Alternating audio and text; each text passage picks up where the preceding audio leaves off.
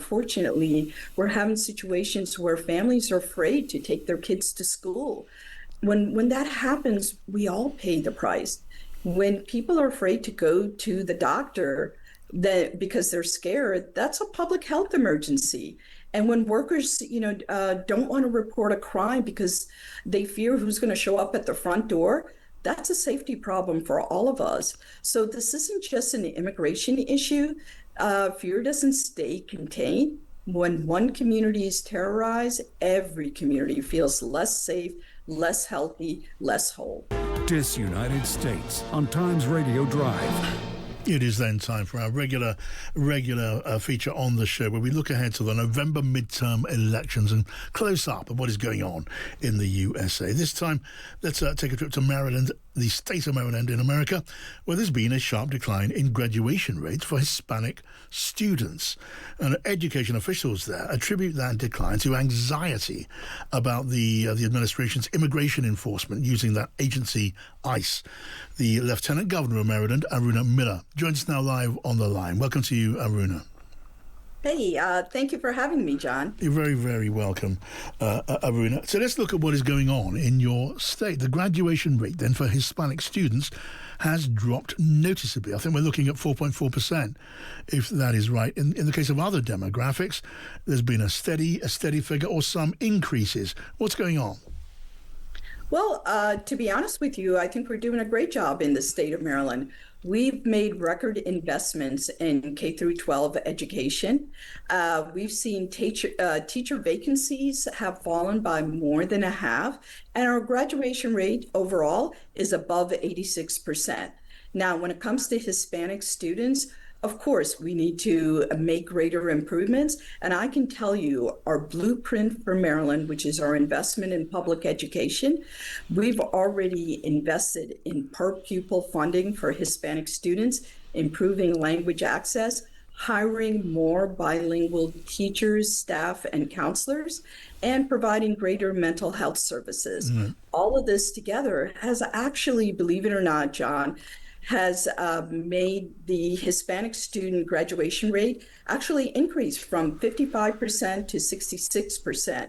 Despite the fact overall they're less, we're doing every measure we can to make sure those graduation rates can increase. Right, so tell me very basically, Aruna, is it the case that Latino students are being put off for fear of the ICE Migration Enforcement Agency, as is suggested? Is that the case? Well, here's what I'll say, John. Look, I came to this country as an immigrant, and this is the America that I know. Teachers who spent time with me when I was a ESOL student, neighbors who came to support our family because they knew we were new immigrants to this country, and Pell Grants that allowed me to graduate from college with a degree in civil engineering. What we're seeing right now, that isn't the best. What happened to me was the best of what America had to show. Yes. Today, what's happening right now, unfortunately, we're having situations where families are afraid to take their kids to school. When that happens, we all pay the price. When people are afraid to go to the doctor because they're scared, that's a public health emergency. And when workers, don't want to report a crime because they fear who's going to show up at the front door, that's a safety problem for all of us. So this isn't just an immigration issue. Fear doesn't stay contained. When one community is terrorized, every community feels less safe, less healthy, less whole. Right. So terrorized is a very strong word, as you'll know, Lieutenant Governor, and you're blaming this then on the ICE Immigration Enforcement Agency. And if a word like terrorized is justified, what is it about the conduct of ICE in your state that justifies that claim? Well, first of all, look, we're doing everything we can in the state of Maryland. Our number one priority is to protect Marylanders, and that will always be our number one priority. Now, the federal laws that are coming down from Washington, particularly with these ICE agents, they are putting fear in others, but we're going to do everything we can to protect Marylanders. Our immigrant community is very strong in the state of Maryland. In fact, 1 in every 6 residents in Maryland is actually a foreign-born resident. So we're proud of our immigrant community, and we'll continue to do what we can to protect them. Yes, I'm just interested, and I'm sure our listeners are interested in exactly what we're talking about here. We do not have such a situation in this country, in the United Kingdom at the moment. We do remember some pretty sensational cases in other states where we saw deaths involving ICE agents. We saw ICE being accused of heavy-handed tactics, and worse than that. I'm looking now at a report just in the last couple of hours of a shooting in Maryland involving ICE. What is happening on the streets of your state that is causing what you describe as terror among Latinos and other minorities in Maryland? Well, I think the president of the United States has been quite vocal that he is targeting blue states, right? States that do have a large percent of immigrant communities, states that are very protective of them. And we're fully aware of that. That's why we work with our partners in the Maryland legislature and pass policies that further protect our immigrant communities, one of which, of course, is a 287G bill that basically removes formal interaction with ICE agents. We are not going to allow ICE agents to deputize our local law enforcement to do their work. Our local law enforcement are there to protect our local communities, and that's where the resources should be. Okay, this, one imagines, is an important topic in the coming midterm elections. As far as you can see, Lieutenant Governor, is it an issue that it's going to make a difference to the outcome of midterm elections? It absolutely is. Look, immigration is a big issue. We're talking about it everywhere, John. It is not the way, as I said, when I came here as an immigrant, things have really changed. And people are fearful to come to the United States. Look, when we don't invest in our immigrant communities, that hurts our economy overall. In fact, immigrants are really the owners of a lot of small businesses in our nation, as well as our big businesses. And, you have foreign students that would love to come to our country because we have the best higher education possible here. Our universities, they're feeling the loss of not having foreign students come here and invest in our great nation. And, say as you can also about our tourism that takes place across our nation. I've been to places where people are fearful to come here.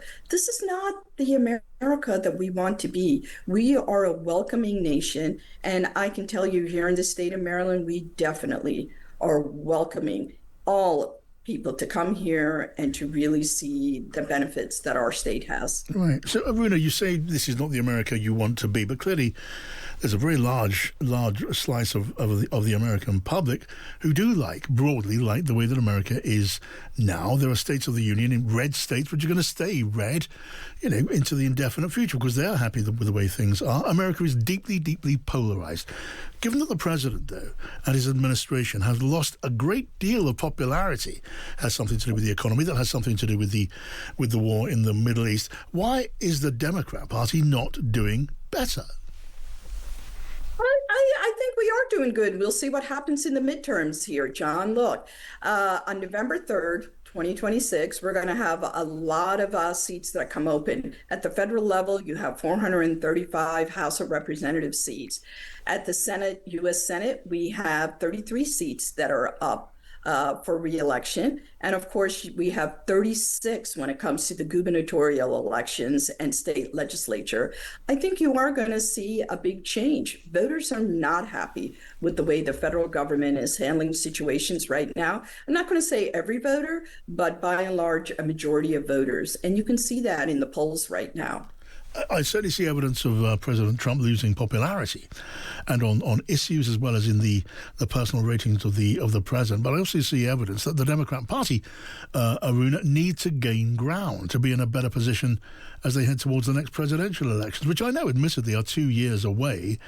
But there is plenty of evidence, I'm sure you won't deny it, that the Democrat Party has lost touch with what was a large part of its base whose votes it could take for granted. And now that can't be said in the same way.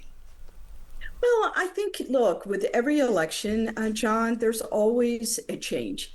And I think the most important thing, and this is not the secret sauce, we should be listening to the voters, right? We have to have our ear on the ground to understand what do the voters want.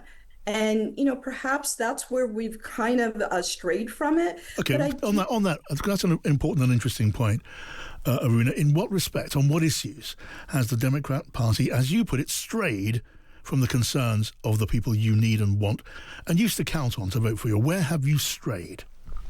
Well, look, I know that majority of Americans definitely want health care that they can afford, right?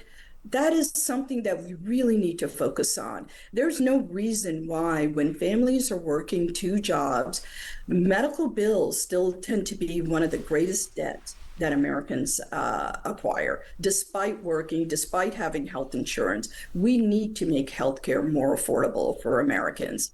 We need to have wages that keep up with the Yeah. cost of living, right? Yeah, but We need those, to- forgive me, Aruna, those are general, maybe perfectly Yeah. valid general points. Where does the Democrat Party need to learn lessons that it has not yet apparently picked up? Well, again, I think we need to be laser focused on this. Look, as a Democratic Party, I know that oftentimes we like to be the big tent parties, right? We want to put everything under our tent, which is great. That's good because we want to be able to meet the needs of all voters. But I think we need to focus on perhaps the top three issues on what that could be and really be laser beam focused on that. Okay, and it's a crude expression, but the leftward shift in Democrat politics. We've seen a number of figures, from the left, outspoken figures, strong personalities becoming very, very prominent. Is that politics perhaps a little bit of a turn-off for many of the voters you would count on and need? I don't think it's a turnoff, John. Look, some of the voters that are out there, of course, again, let me go back to affordable health care, making sure that, wages keep up with cost of living. That's not radical. That's democracy. And our job is to listen to the voters. We can't be a party that's fighting against something. We got to be a party that's fighting for something. And, oftentimes I'll see the same message. I'm anti-Trump, anti-Trump. That's not enough. That's not what voters want. They want us to be more than that. They want us to deliver on the things that we say we're going to fight for them, for them. Right? So it's You can't be possible. It's fighting possible then, against Aruna. something. It is possible that, Donald Trump is not entitled to stand again in the next election, assuming that the letter of the Constitution is respected.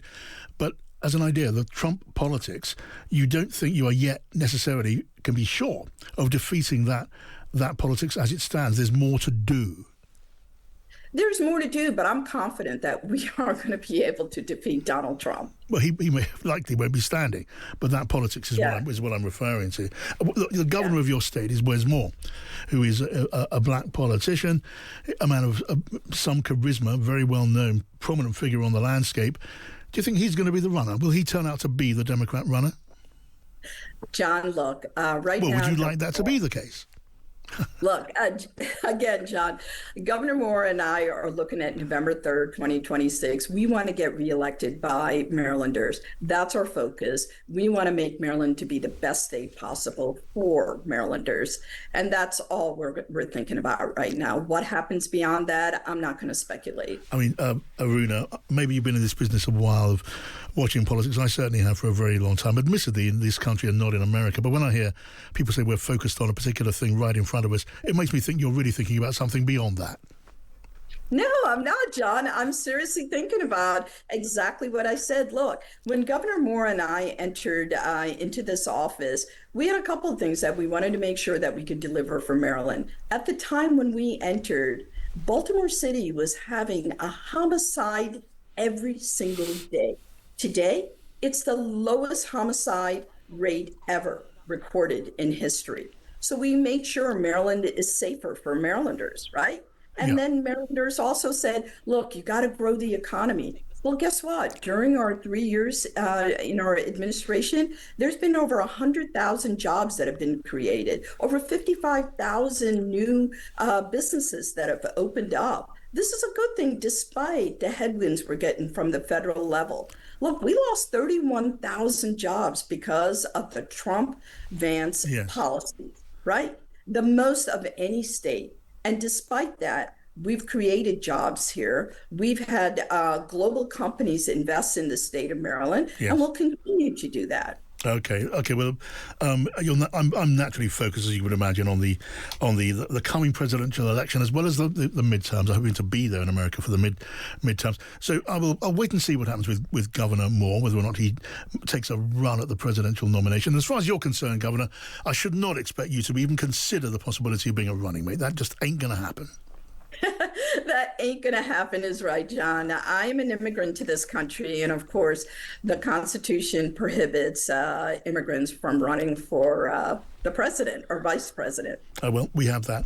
The Constitution sits in the way, but it's been a pleasure talking to you. Thank you so much. Thank you, John. That was the Lieutenant Governor of Maryland, Aruna Miller. Pienaar and Friends coming up.